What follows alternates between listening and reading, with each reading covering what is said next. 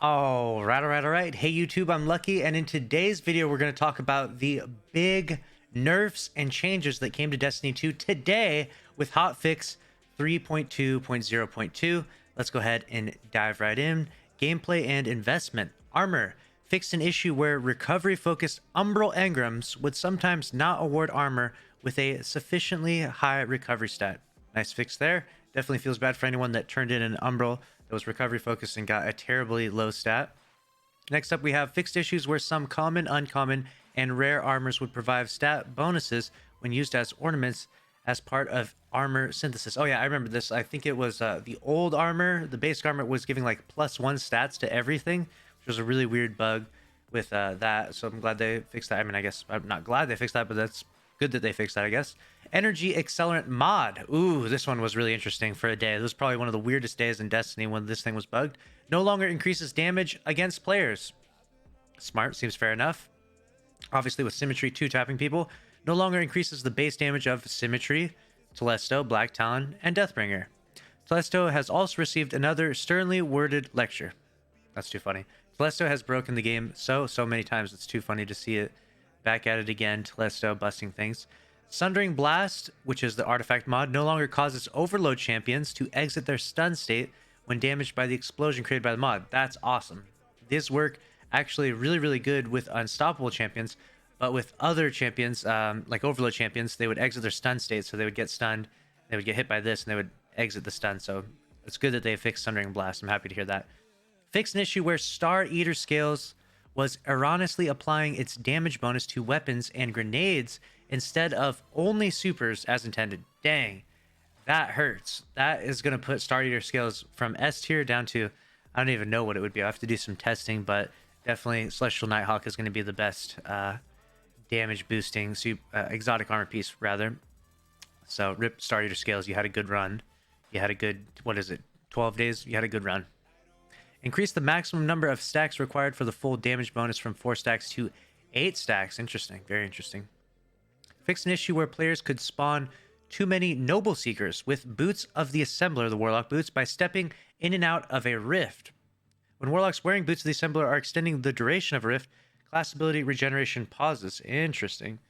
Design note, the reason for this change was both to prevent game crashes caused by too many rifts being placed in a single activity and to restore some of the advantage to running Sanguine Alchemy over Boots of the Assembler. Very interesting. So it was causing some game crashes, so they had to fix that one. People were rocking around, putting down a million rifts. Interesting stuff. Weapons. Fix an issue where the catalyst for Cryosthesia 77k was incorrectly accruing progress from energy weapon kills. Fix an issue where the catalyst trap for Cryosthesia 77k was being displayed in the wrong weapon category. Interesting.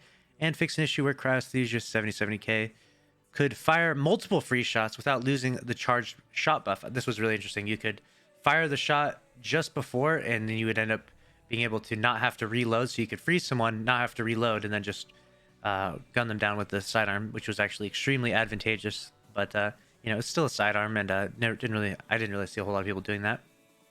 Next up, we have fix an issue where existing drops of the Swarm, the heavy machine gun, with Unrelenting switched to Bottomless Grief. What a weird change. This fix only works in cases where players didn't select the Bottomless Grief node. Huh. Well, I guess that's fixed now. And let me know if that affected you at all. That's a bizarre one. Accessories. Fix an issue that prevented the Vi for Glory Sparrow from taking shares. Hopefully I said that right. So that Sparrow's taking shaders now. Power and progression. Fix an issue where the reward for completing the weekly vendor challenge on the Splicer server did not reward pinnacle gear as advertised. Happy to see that get fixed. Upon completion, the weekly vendor challenge should now reward a pinnacle piece of seasonal gear. Fix an issue where completing Presage as a weekly activity challenge was not rewarding pinnacle gear. That's a good one. Glad they finally got that. We definitely need pinnacles coming from that. UI/UX. Fix an issue where the armor synthesis ornament creation tutorial does not show up for the Titan characters when reaching the armor ornament creation step. That's good. In general, players will no longer be able to claim the 150 synth strand from 801 during the intro quest if their inventory is full. This will prevent players from losing the material, and they need to clear out inventory space to claim their synth strand. Very interesting. So that's everything. That's all of it. Some big changes.